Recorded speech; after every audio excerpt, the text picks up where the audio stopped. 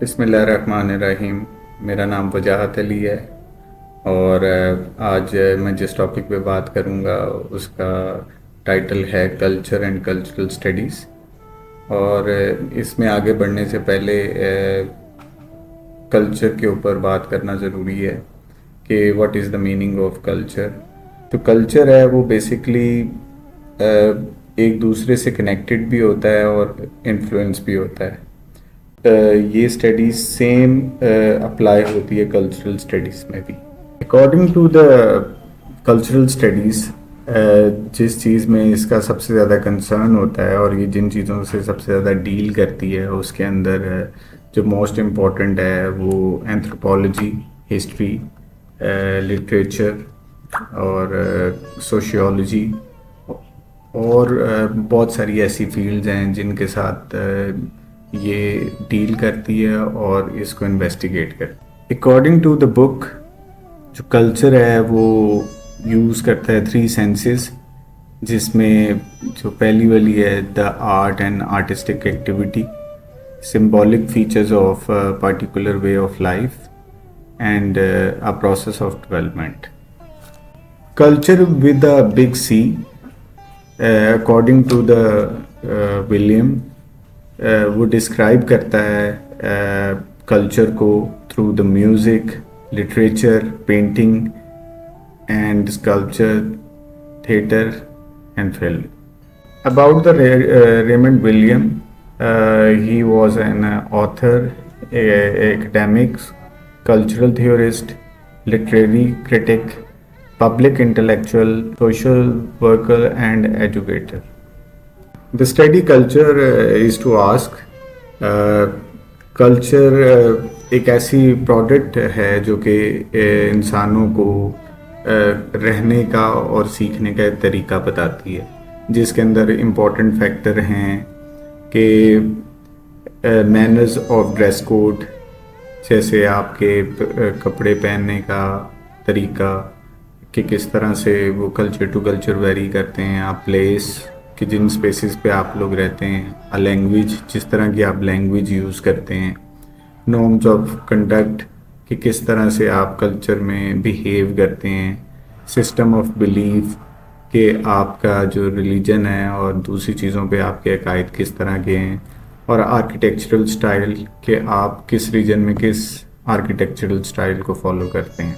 Culture इंसानों के इकट्ठे रहने और जो लर्न करने के तरीके का नाम।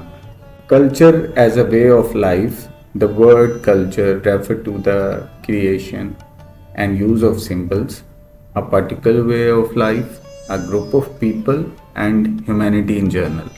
How do people become a part of a culture? Culture is not something that we simply absorbed. कि कल्चर को आप इतना आसान नहीं होता है एब्जॉर्ब करना, आपको उस कल्चर में रह के उसे डील करना होता है। हो सकता है आप उसे ऑप्ट कर लें, लेकिन फिर भी उसके साथ साथ आहिस्ता आहिस्ता आप उसकी तरफ जाते हैं।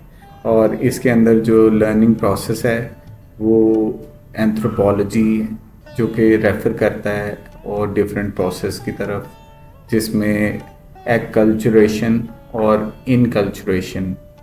दूसरे कल्चर को लर्न करने के प्रोसेस को कहते हैं एक्कल्चरेशन और अपने कल्चर को लर्न करने के प्रोसेस को कहते हैं inculturation. Question, can other cultures be understood? इसके अंदर जो लास्ट स्लाइड में हम लोगों ने स्लाइड देखी उसके अंदर यही चीज़ थी कि क्या कल्चर को एब्जॉर्ब किया जा सकता है। कल्चर को एब्जॉर्ब्ड मेरे पॉइंट ऑफ व्यू से एब्जॉर्ब नहीं किया जा सकता। हाँ, कल्चर को लर्न किया जा सकता है, कल्चर को सीखा जा सकता है। Relation between culture and power, culture influences power and power influences culture.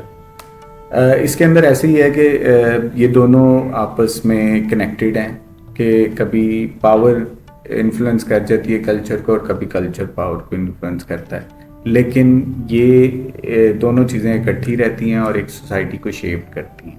Example, Shakespeare drama in English literature. इसमें जो उस बुक में मैंने एक एग्जाम्पल पढ़ी क्योंकि शेक्सपियर के नॉवेल्स के ज़रिए एक तो वो अपनी लैंग्वेज और दूसरा अपने कल्चर्स जो इंग्लिश कल्चर था लोगों तक पहुंचाने का काम किया।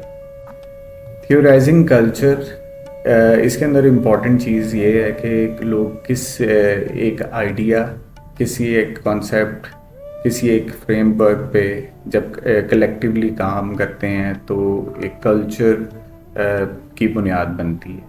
Culture and social structure, sociologist normally social structure को डिस्क्राइब करते हैं relationship between elements of a society.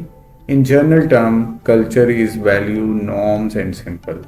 Social structure and social conflict, class, gender and race. इसके अंदर भी एलैबोरेट किया जाता है क्लास जैसे हाई क्लास और लोअर क्लास, जेंडर जैसे मेल एंड फीमेल, रेस जैसे एशियन एंड यूरोपियन।